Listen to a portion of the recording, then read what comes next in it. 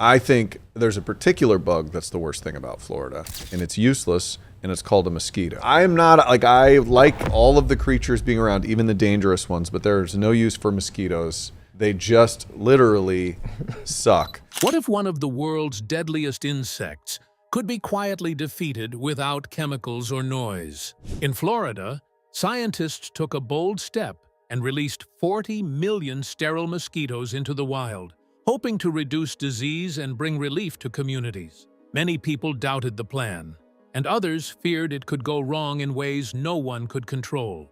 For years, the world waited, watching closely as this unusual experiment unfolded. Now, 5 years later, the results are finally revealed, and they have left even experts surprised. Did this daring idea truly change everything? Or did it lead to something unexpected? Join us to find out. A new fight against the world's most dangerous insect. In order to comprehend the reasoning behind releasing genetically altered mosquitoes into the environment, one must recognize the threat that mosquitoes pose to human existence. Despite their innocent appearance, these small insects are actually the most lethal creatures on the planet. Mosquitoes claim more lives annually than any other organism, surpassing even the fatalities caused by humans. Many dangerous illnesses are transmitted by mosquitoes. Diseases such as malaria, dengue fever, yellow fever, Zika virus, chikungunya, and West Nile virus are among them. Countless individuals worldwide are impacted annually by these illnesses. Nearly 1 million individuals succumb to these diseases. Each year, malaria alone results in over 600,000 fatalities. The World Health Organization says no fewer than 600,000 people died of malaria across Africa last year. The majority of those affected are young children in sub-Saharan Africa. It is truly distressing to learn that a child loses their life to malaria approximately every minute. Malaria has had a significant impact on human history for a considerable period. It has played a role in determining settlement patterns and societal development. Certain regions have lagged behind in progress due to the threat of malaria, keeping them unsafe for habitation. The influence of this disease on the course of human history may be underestimated by many. Dengue fever poses a significant challenge, affecting approximately 400 million individuals annually. The disease presents with severe flu-like symptoms, causing extreme weakness in those infected. In certain cases, it escalates to a critical state that can be fatal. Dengue has expanded beyond its traditional habitats, moving beyond tropical zones to regions with gentler climates. This shift is partly attributed to changes in the climate, facilitating the survival of mosquitoes in previously uninhabitable areas. During a global epidemic, the Zika virus gained widespread attention. The rapid spread of the virus brought to light a concerning revelation. It had the potential to cause serious birth defects in infants born to mothers who were infected. Many newborns were afflicted with microcephaly and neurological impairments. The distressing sight of these children served as a wake-up call, highlighting the grave risks posed by mosquito-borne illnesses. Consequently, there was a surge in initiatives aimed at enhancing mosquito control methods. The Florida Keys are always battling mosquitoes, as the islands provide the ideal breeding ground for these pests. The combination of warm weather, stagnant water, and dense vegetation creates the perfect conditions for mosquito population growth. A specific type of mosquito called Aedes aegypti thrives in this environment and is a carrier of various harmful illnesses such as dengue, Zika, chikungunya, and yellow fever.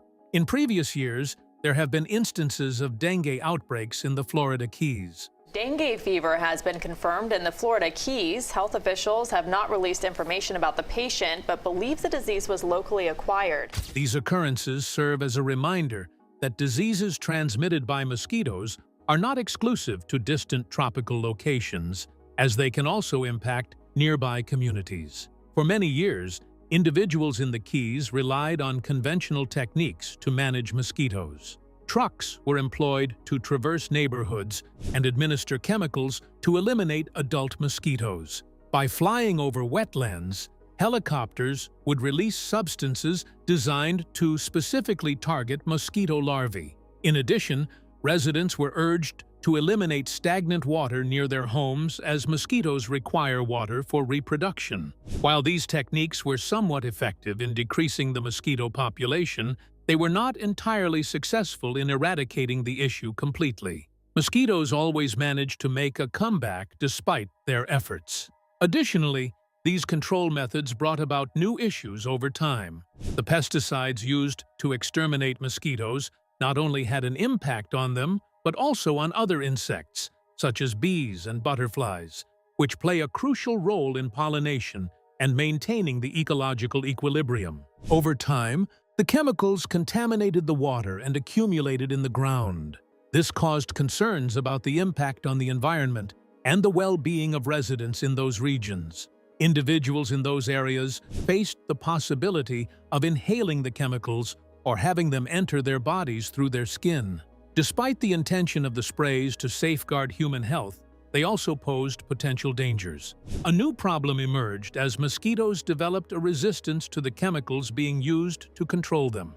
As a result, the sprays that were previously effective started to lose their effectiveness. The traditional methods used to manage the mosquito population were no longer sufficient. In the early years of the new century, it was evident that a fresh perspective was necessary. The conventional methods were proving ineffective. Instead of diminishing, mosquito-borne diseases were increasing in prevalence. Researchers and medical professionals recognized that traditional approaches had become inadequate. This scenario inspired individuals to consider alternative perspectives. If using pesticides failed to completely eradicate mosquitoes, alternate solutions needed to be explored.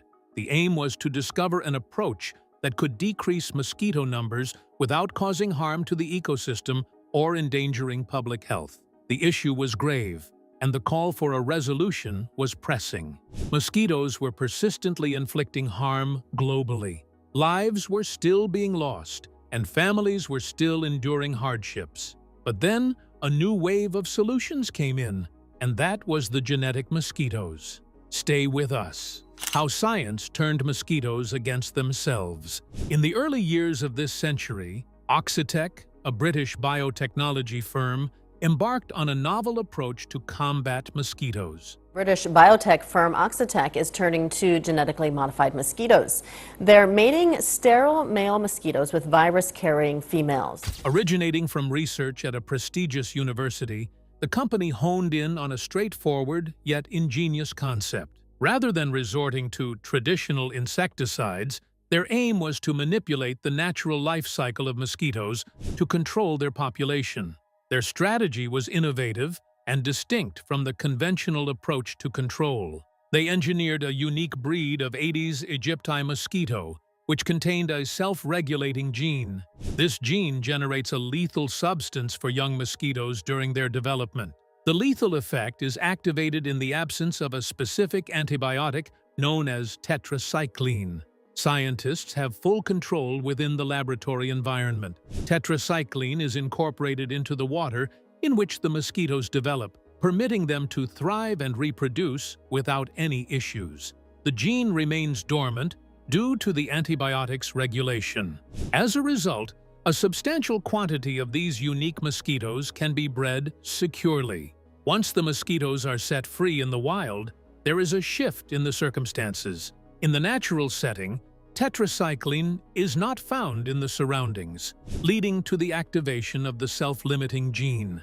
Consequently, any juvenile mosquitoes with this gene will not be able to reach adulthood. The procedure is meticulously organized. Oxitec produces a large number of mosquitoes in regulated environments. Following that, they distinguish the males from the females. Only the male mosquitoes are set free in the surroundings. This is crucial as male mosquitoes do not feed on humans. Instead, they survive on nectar and plant fluids. Female mosquitoes are responsible for transmitting diseases by biting humans, as they require blood to lay eggs. The strategy of only releasing male mosquitoes prevents the population of biting insects from growing and reduces the likelihood of diseases spreading. As a result, The genetically modified males breed with wild females, transmitting their unique gene to future offspring. In the beginning, the young mosquitoes grow normally until the gene is activated during their development. Without tetracycline present in their environment to inhibit the gene, the offspring die before reaching adulthood, preventing them from reproducing. The female mosquito in the wild expends her energy on offspring that have a low chance of survival, leading to the end of her lineage. By releasing a sufficient number of genetically modified male mosquitoes, they gradually outnumber the wild males. Consequently, wild females are more inclined to mate with the altered males rather than the regular ones. With the arrival of each succeeding generation, the mosquito population diminishes gradually. This leads to a decrease in the overall number of mosquitoes. Should this trend persist, the mosquito population could plummet significantly. In certain scenarios, the population might dwindle to extremely low numbers. This technique is straightforward, yet effective in its approach.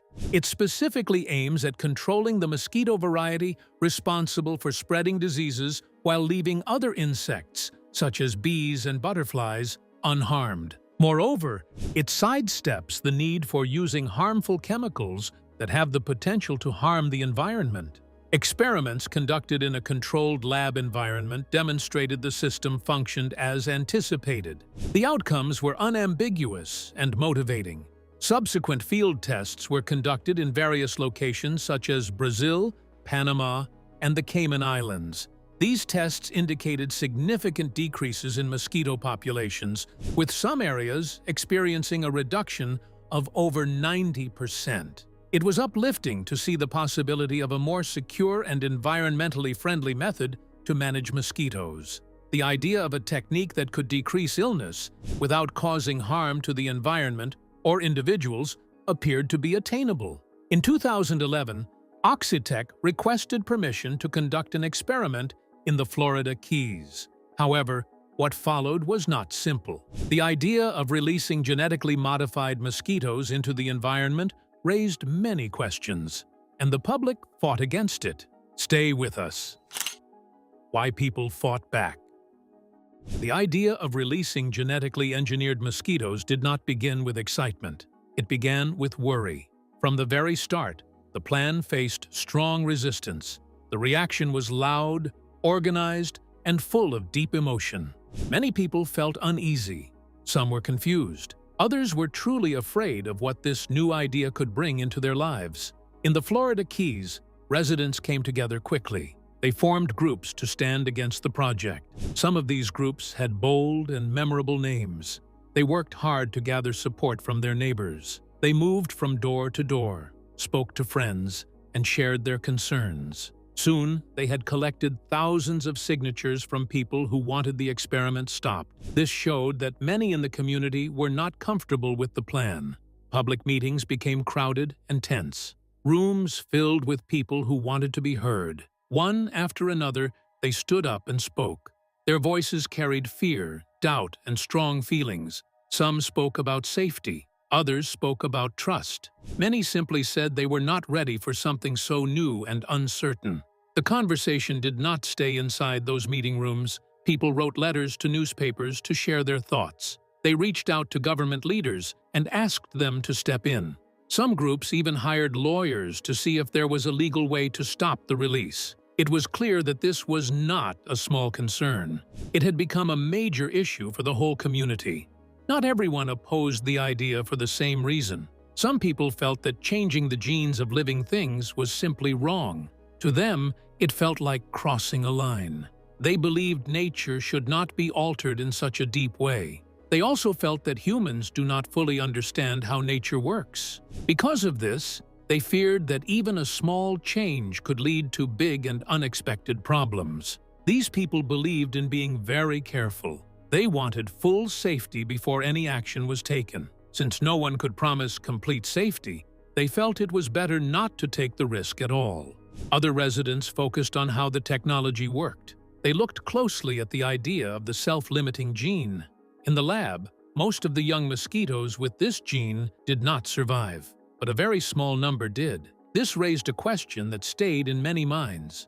What if some of these mosquitoes survived in the wild and continued to grow? That thought made people uneasy. Some feared that a new type of mosquito could appear, one with unknown traits or behaviors. Since no one could fully predict the future, this idea created real fear. There were also worries about how genes might move in nature. Some residents wondered if the modified gene could spread to other species. They imagined a chain reaction where genetic changes moved beyond control. Even without proof, the possibility alone was enough to cause concern. One word kept coming up again and again in these conversations: survival. People were afraid that something small and unseen might survive and slowly grow into a bigger problem over time.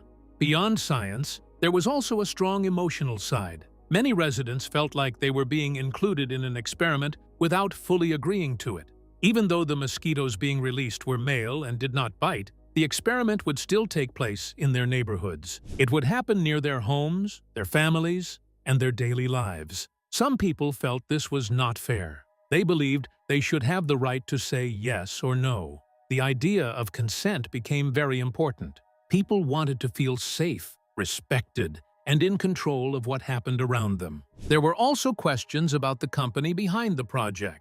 It was a business, and like many businesses, it wanted to grow and succeed. Some residents wondered if money could affect how results were shared.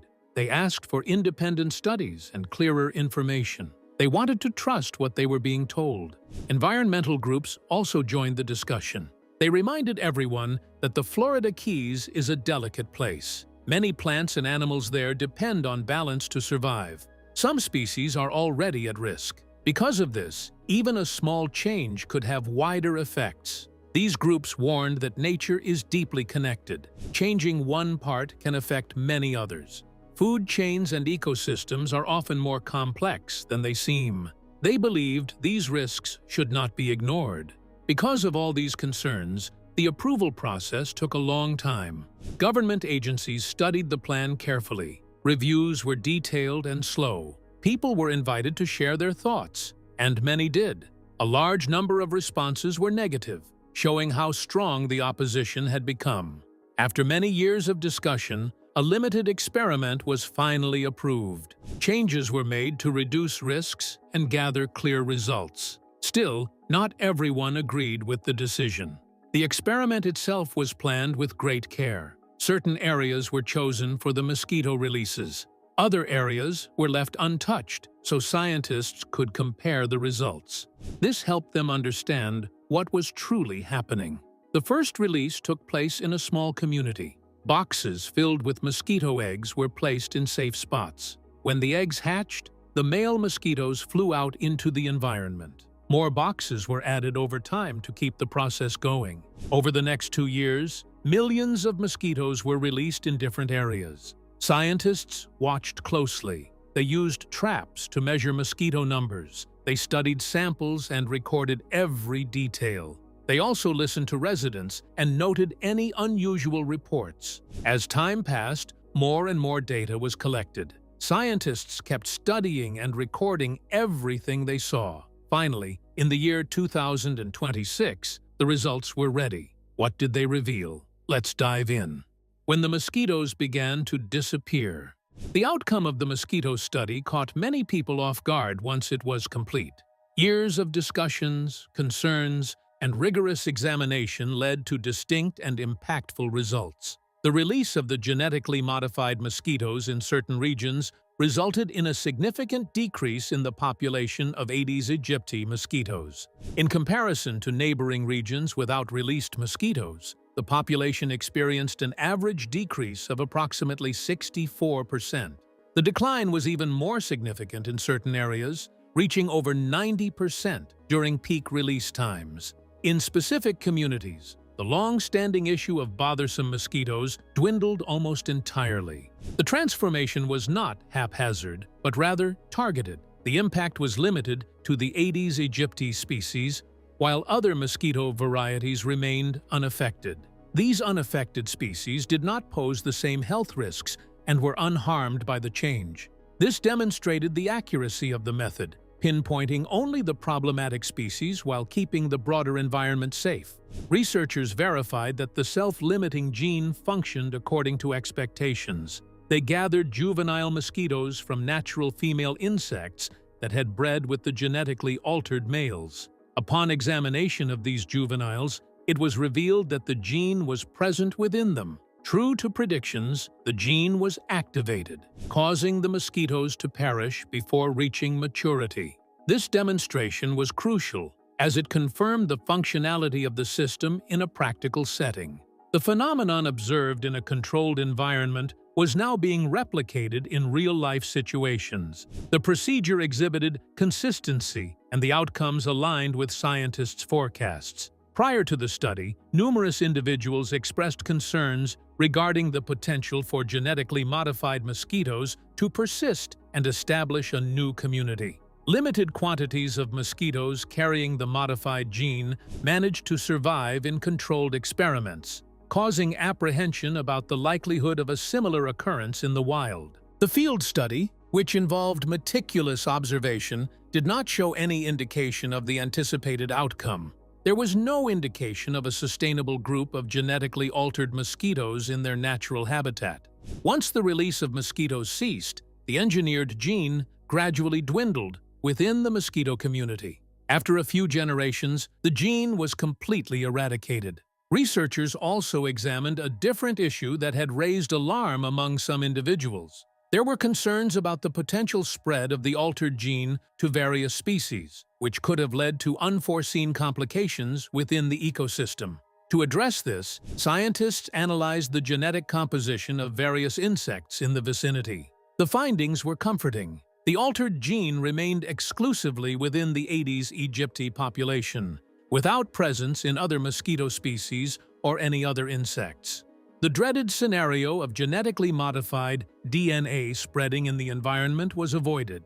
Although many aspects of the study yielded anticipated outcomes, there was one unexpected result. The decrease in mosquito population persisted for a longer duration than initially projected. Even upon cessation of the releases, the number of mosquitoes remained at a low level for a prolonged period. This indicates that the technique had a more profound impact on the life cycle of mosquitoes. By disrupting their reproductive patterns, the genetically altered mosquitoes triggered a series of events. As a result, it became more difficult for the mosquito population to bounce back swiftly, prolonging the consequences beyond the initial release phase. In these neighborhoods, residents quickly noticed the difference. Their quality of life improved, making it easier for them to spend time outdoors. Not having to constantly swat away mosquitoes made previously challenging activities now enjoyable and effortless. The typical noise of buzzing bugs in the atmosphere started to diminish. In certain areas, it nearly vanished. For individuals accustomed to mosquitoes all their lives, this sensation seemed unfamiliar. It was serene, tranquil, and quiet in a manner they had never experienced before. Health advantages were a significant factor as well. The Aedes aegypti mosquito is notorious for transmitting illnesses such as dengue, Zika, and chikungunya. By decreasing its numbers by over 50%, the likelihood of contracting these diseases also decreased. This new strategy presented a fresh perspective. Rather than responding to outbreaks after they occur, it introduced a method to proactively stop them from initiating. It redirected the attention from treating to safeguarding. Throughout the experiment, researchers paid close attention to the surroundings. They monitored the behavior of bees and butterflies to assess any impact. These insects have a vital role in the ecosystem, particularly in the pollination process. The findings indicated that the populations of the species were steady. They were not negatively impacted by the mosquito control technique. This provided clear evidence that the method did not pose a threat to other species. The researchers also looked into birds that prey on mosquitoes. They were worried that lowering the mosquito population could impact the birds' source of food. Nonetheless, there was no evidence of a decrease in the number of birds. It seemed that these birds managed to find alternative insects to feed on, a promising solution with important limits. The outcome of the mosquito experiment provided optimism, although it revealed the imperfections in the method. Even though the technology managed to decrease mosquito numbers, it was unable to eradicate them entirely. Researchers discovered that the system was most effective when releases were consistent. As soon as the releases ceased, the mosquito population gradually rebounded. In a matter of weeks, the numbers began to escalate once more. This indicated that the strategy was not a quick solution and would require continual work to maintain low mosquito populations. A practical problem arose from this situation. In order to sustain the positive outcomes, local communities would have to keep releasing genetically modified mosquitoes on a regular basis. This involved careful planning, coordination, and ongoing assistance. If the releases were not continuous, the advantages would diminish over time. While the technology allowed for mosquito control, it did not offer a permanent solution to the issue. Cost was a significant concern. Specialized equipment and trained personnel were essential for breeding millions of mosquitoes in controlled facilities. It was imperative to carefully separate the genders, with a focus on releasing mostly males. Furthermore, transportation and distribution to various locations also added to the expenses. Despite some opinions suggesting that this approach could potentially be more economical than extended chemical spraying on a larger scale, it still involved costs. Communities would have to weigh the decision of committing to this strategy for an extended period and determine if they were prepared to make the necessary financial investments. The typical decrease in mosquito populations was roughly 64%. While this was a significant advancement, it did not reach the remarkably high reductions observed in certain experiments conducted in different countries. Scientists hypothesized that environmental factors in the Florida Keys influenced these outcomes. The presence of numerous breeding grounds for mosquitoes, such as secluded pools of stagnant water, contributed to the challenge. Additionally, mosquitoes could migrate from nearby locations where the release of the control method did not take place. These circumstances posed difficulties in maintaining extremely low mosquito populations. Researchers recommended implementing the technique on a larger scale to potentially achieve more impactful outcomes. A minor technical constraint existed as well. While the method of distinguishing male mosquitoes from female mosquitoes was highly precise, it was not flawless. A small fraction of female mosquitoes were inadvertently set free. This sparked worry among certain watchers due to the fact that females are the ones who bite. Though the number of mistakenly released biting mosquitoes was minuscule in contrast to the overall population, the mere thought of setting loose any biting mosquitoes unsettled some individuals. One more question revolved around what lay ahead. Researchers were curious about the potential evolution of mosquito populations in the future. With ongoing releases over an extended period, there was a speculation that mosquitoes could gradually evolve. There was a likelihood that wild mosquitoes could develop techniques to evade the genetically modified males, leading to a decrease in the method's effectiveness. These queries could not be resolved immediately and necessitated continuous monitoring and meticulous observation. The outcomes were not pleasing for all. A few skeptics thought the research was too constrained. They claimed that the regions assessed were minimal and the duration of observation was insufficient. They also believed that external researchers should validate the results. Due to the technology being created by a corporation, certain individuals were concerned about potential prejudice.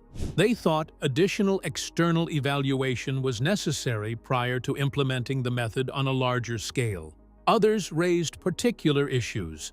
The fact that a small number of genetically altered females managed to survive indicated that the system was not entirely secure. Relying on ongoing releases could result in communities depending on a technology controlled by a corporation. Additionally, critics highlighted that targeting just one type of mosquito failed to address the potential threat from other mosquito species capable of transmitting diseases. The majority of scientists had a moderate perspective. They acknowledged the positive outcomes, while also noting the drawbacks. The functionality of the technology seemed to be effective. It provided a more environmentally friendly option compared to using chemicals for spraying. Nevertheless, it was not considered a standalone remedy. Specialists recommended integrating it with other approaches for mosquito control. By combining these methods, a more robust level of protection could be achieved. So what does this experience mean for the future? The future of fighting mosquitoes. The outcomes of this study convey a positive and optimistic insight for what lies ahead. It demonstrates that genetic techniques for managing pests are effective, not only in controlled settings, but also in real-world scenarios. There has long been apprehension regarding altering the genetic makeup of organisms, with concerns about potential negative impacts on the environment, the unintended spread of modified genes, and unpredictable consequences. However, these concerns proved to be unfounded in this particular instance.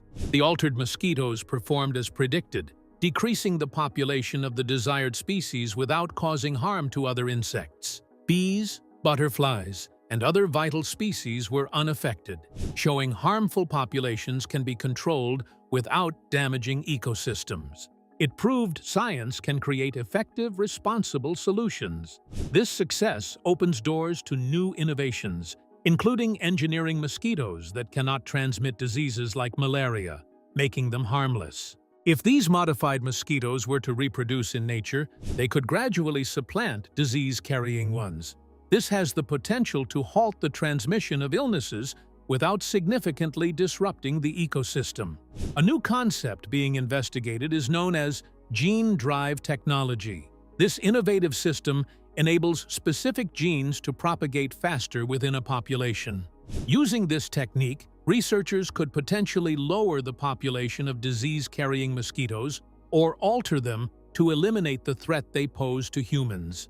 These strategies are more potent than the technique employed in the Florida Keys, yet they also give rise to additional inquiries and uncertainties. The Florida Keys research will be studied for years. While limited by time and conditions, it raised concerns about long-term effects. Even with flaws, it provided real-world data. Modified mosquitoes were released, bred with wild populations, and their offspring died, reducing overall numbers. This straightforward sequence of occurrences demonstrated the effectiveness of the approach. It also demonstrated that the potential dangers, although significant to take into account, could be less severe than previously believed. The concerns brought up by residents in the area should be taken seriously. Their queries were legitimate. It is important to exercise caution when introducing something new into the environment. Questioning and prioritizing safety is essential for making informed decisions. An alternative strategy was deemed necessary, and this trial presented a potential solution. The most noticeable aspect is the careful balance between prudence and advancement. Each party contributed to influencing the result. Thorough testing, transparent dialogue, and continuous supervision were instrumental in steering the procedure. The findings indicate that people now possess a fresh instrument in combating a tiny but perilous species found on our planet. If you enjoyed this video, like and subscribe, and also click the next video shown on your screen.